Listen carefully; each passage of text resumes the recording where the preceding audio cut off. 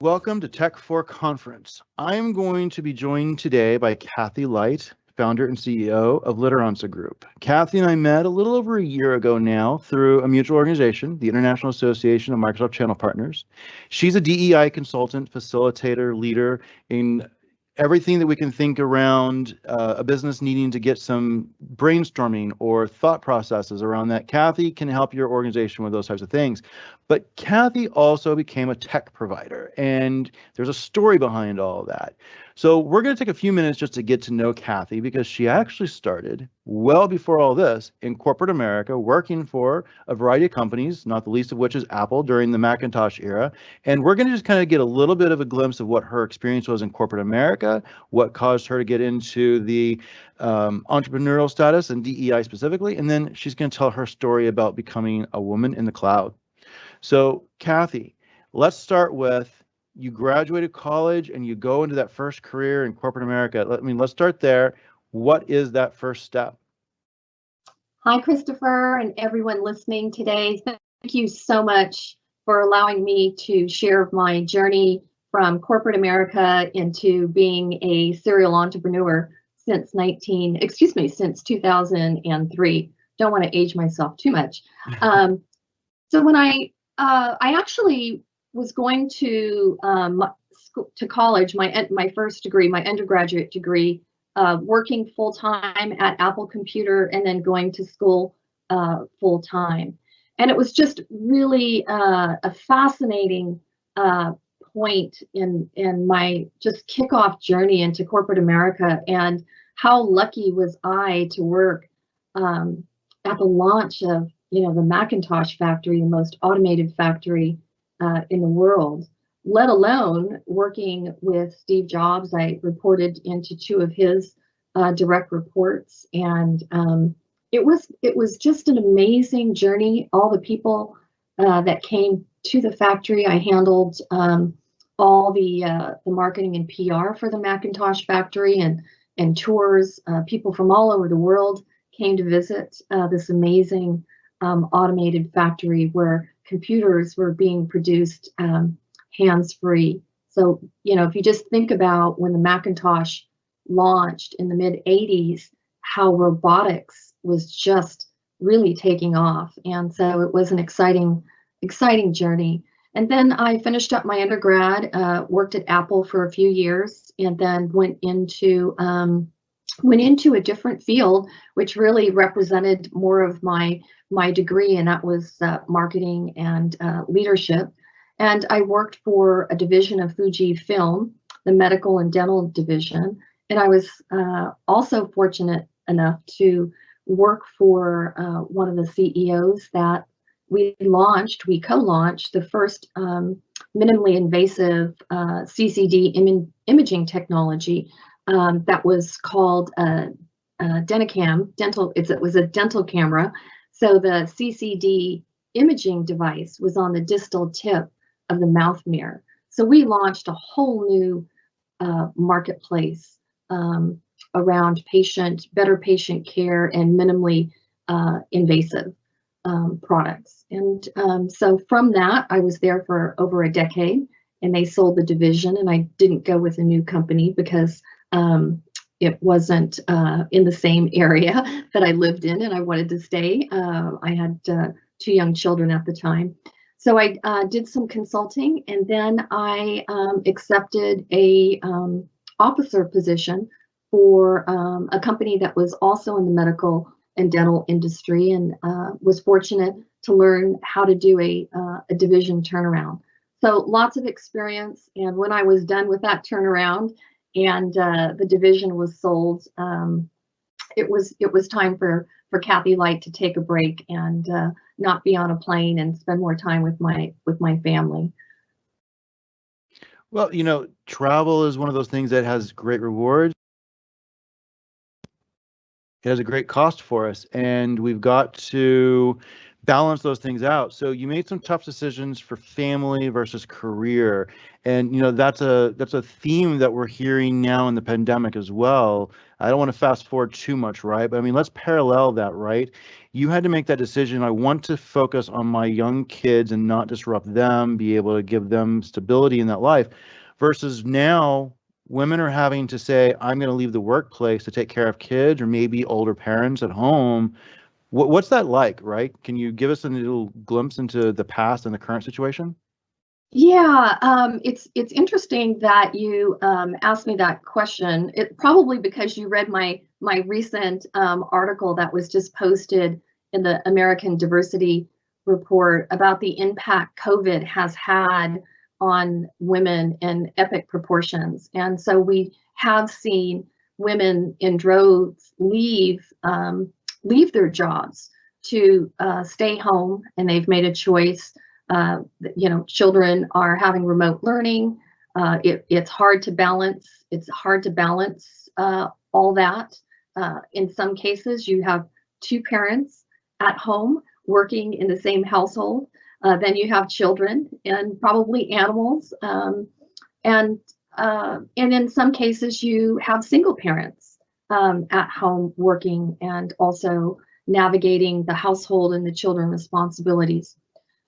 So I will honestly say that during this COVID, I really have a deeper appreciation for my colleagues, my women colleagues, where they not only struggled with work demands, but also the mommy guilt. And I certainly had a lot of mommy guilt when I was rising in corporate America. And in those days, it was just, we had to work really hard to get a seat at the table. It wasn't, and it's still equally, it's still difficult. But fast forwarding in what I call, the 20th century, it was just very, very different than it is now, but still equally as challenging. So I did have a lot of mommy guilt, and thankfully, when I needed to travel, my children's father was able to not have to travel. So we kind of worked our travel calendars out together. So one of us was always home with our children while the other one needed to travel. So I feel also grateful for that. It didn't minimize the mommy guilt and some of those first words or steps and things like that I missed, but at least we had, one of us home. So challenge. It's just very, very challenging. And in the recent article that I had written, the impact, the loss of jobs, women have been impacted either voluntarily or involuntarily by 80% of the lost jobs. And then when you look at further research and statistics around, household responsibilities, it has been researched that women take on 80% of that role. And so there's just a lot of challenges for women. And I think when you fast forward to a new playbook, that, what will that new playbook look like as we return to work, and women who have left the workforce? It's going to have a tremendous economic impact in the trillions of dollars where women are not contributing, to the economy. They're making different choices.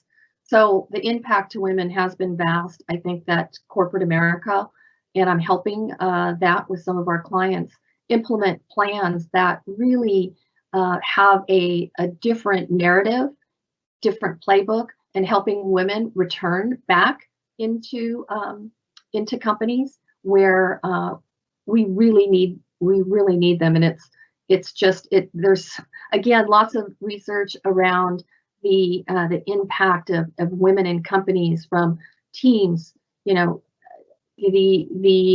increase in team collaboration, innovation, leadership, So we need to get women back into companies sooner than later, and we need to Absolutely. figure out how to do that, and provide that flexibility that we as women really, really need.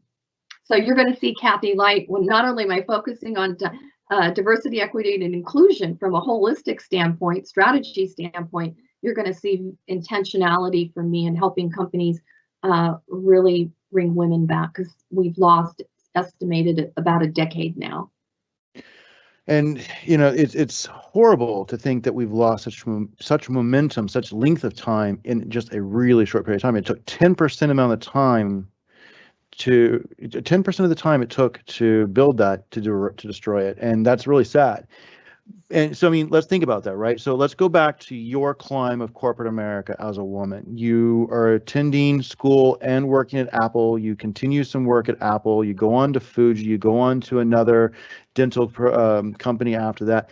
What is the struggle? What is the climb like, rung by rung by rung, to get to where you were right up to the point that you left the corporate America to become an entrepreneur?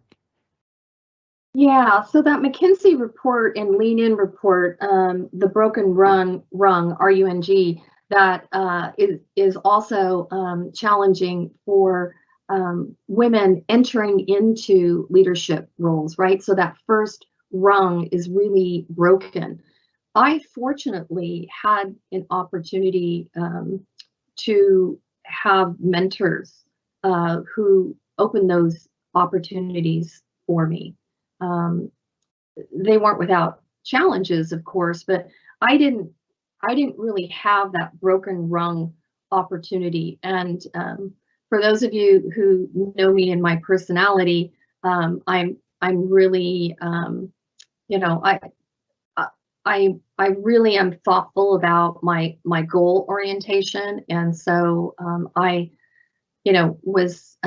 worked hard, to achieve my goals. And those goals at that time, if you wanted to move up the corporate ladder, if you wanted to manage people, and if you wanted to be paid, and I was never paid as equally as the men were, but I was grateful for the salaries that I did have. I had to work, really, really hard to achieve that career trajectory. So it is challenging, and it is so here. I do feel, when you fast forward to current times, I think that there's a lot more awareness around pay equity. We're not there yet. There's there's research that indicates that we'll get to pay equity and equality, and it won't be for another century. So, but at least there's a heightened awareness around pay equity, where I don't think that we had that. We didn't have that when I was climbing the corporate ladder. And the jobs are different now too than they were then. Sure, absolutely. Technology has advanced so much, and there's just been a lot of advancements. Yeah, absolutely. So let's zip forward a little bit. You've become a serial entrepreneur. You've launched several things. The current iteration of this is Lideranca Group, and you're providing some DEI consulting and facilitation to organizations that need that help. And you've got some customers that are saying, hey, we want to measure this progress. We want to measure this success. You're discovering there really isn't anything. And this is one of those great opportunities for us to tell a story, because you found an organization called Women in Cloud that is really there to help address a lot of these disparities that you just described, some of those difficulties and those issues that women have had to face for 2-3 centuries, and having to continue to face even now, and maybe even redo all over again to make up some of the lost ground from the pandemic. So let's talk about your story, right? I mean, your customer's saying, hey, I need this. You decided you're going to address this need. How did you find Women in Cloud, or how did you get connected with Women in Cloud? And walk us through that journey for the last of the session, would you? I'd love to. Thank you. I am so passionate to share about my story, and it's way beyond Cathy Light. I couldn't have done this journey and get to where we are without an amazing team of people that really mentored me, and my support team. So let me talk about how I got started in now being a CEO technologist. So back in 2017, I was doing quite a bit of work for some couple of Fortune companies around working in the C-suite and coaching leadership development. And it was interesting, in just a period of a few weeks, I had both of these CEOs ask me, hey, do you know, Cathy, do you have a way of measuring diversity and inclusion? That's with D&I at that time.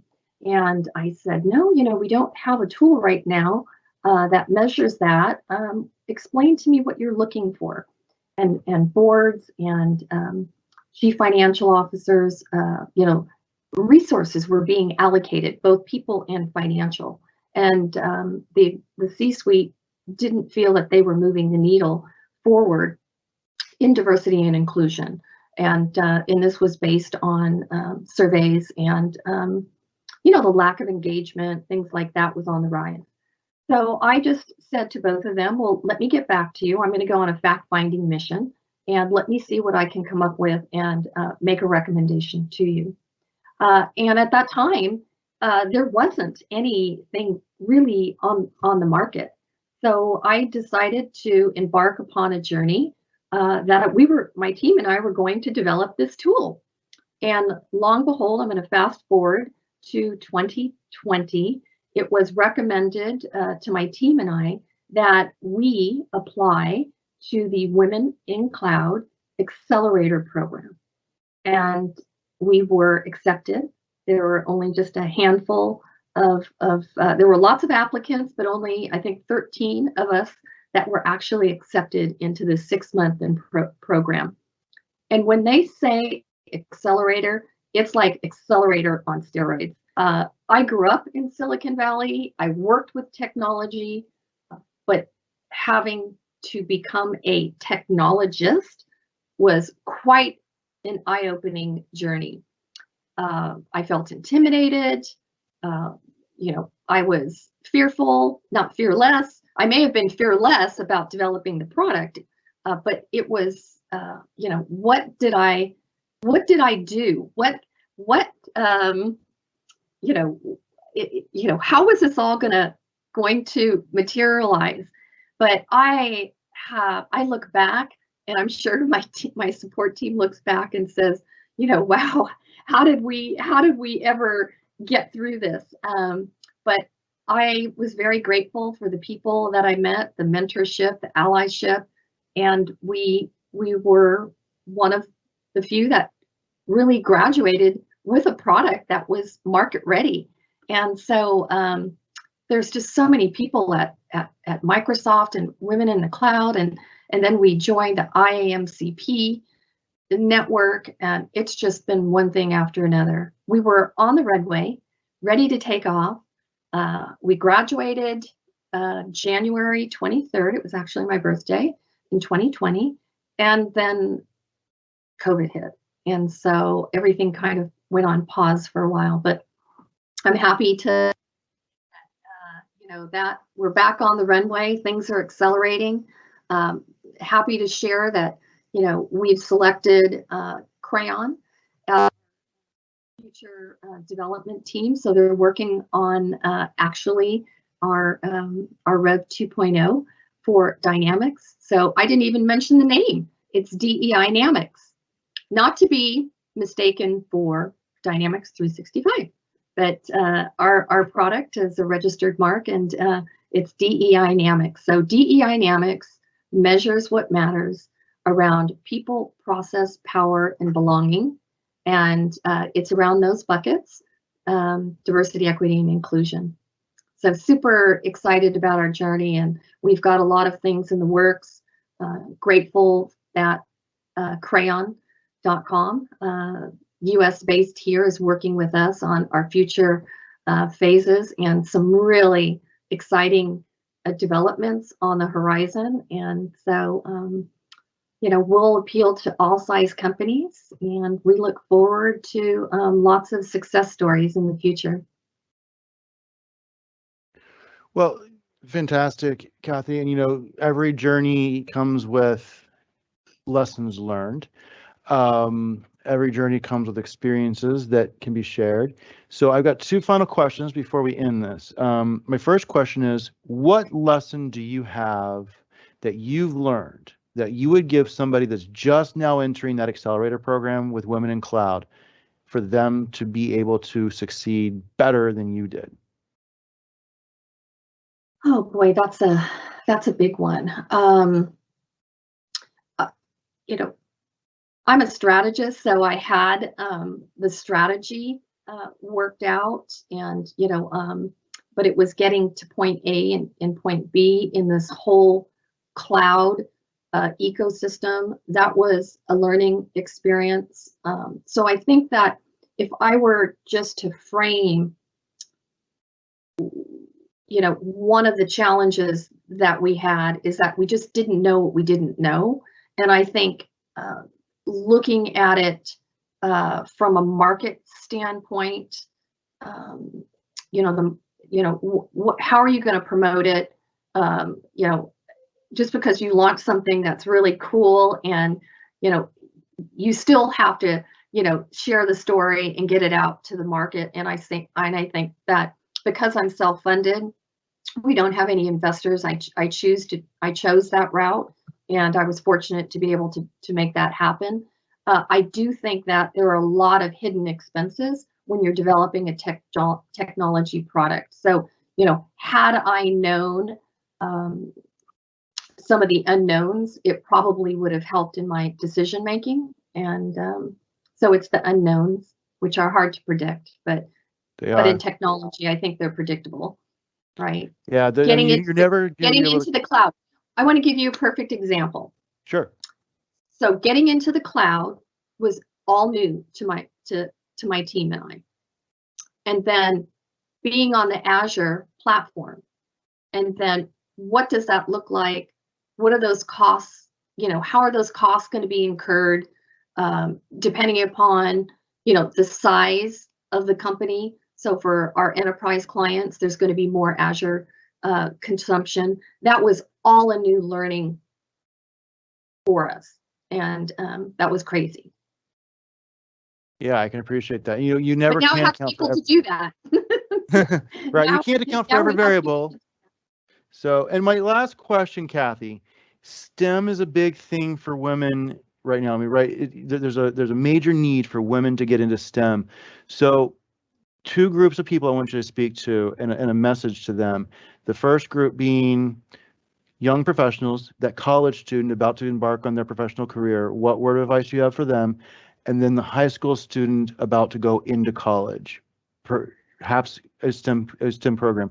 What's your word of wisdom? What's your sage advice for these two groups of young women entering into the next phases of their lives?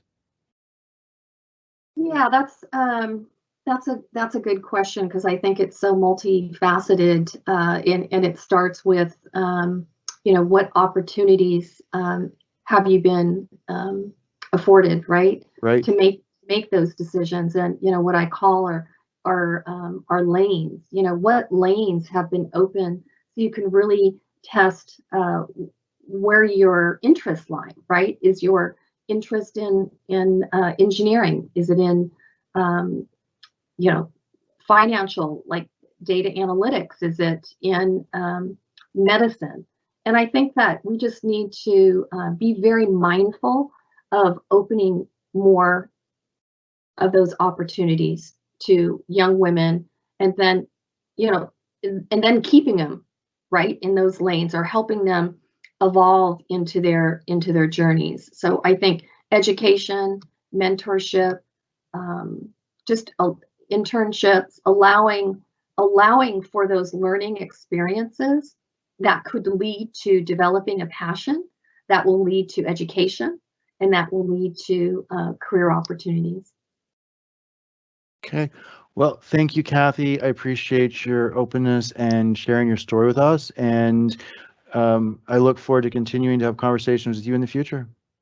Yeah, thanks, Christopher. And congratulations on an awesome tech conference. I know it was a lot to pull this together, and it was phenomenal. And the people that for your speakers, and how this all came about was just wonderful. So thank you for the opportunity and wishing you much future success. Thank you, Cathy. Appreciate it.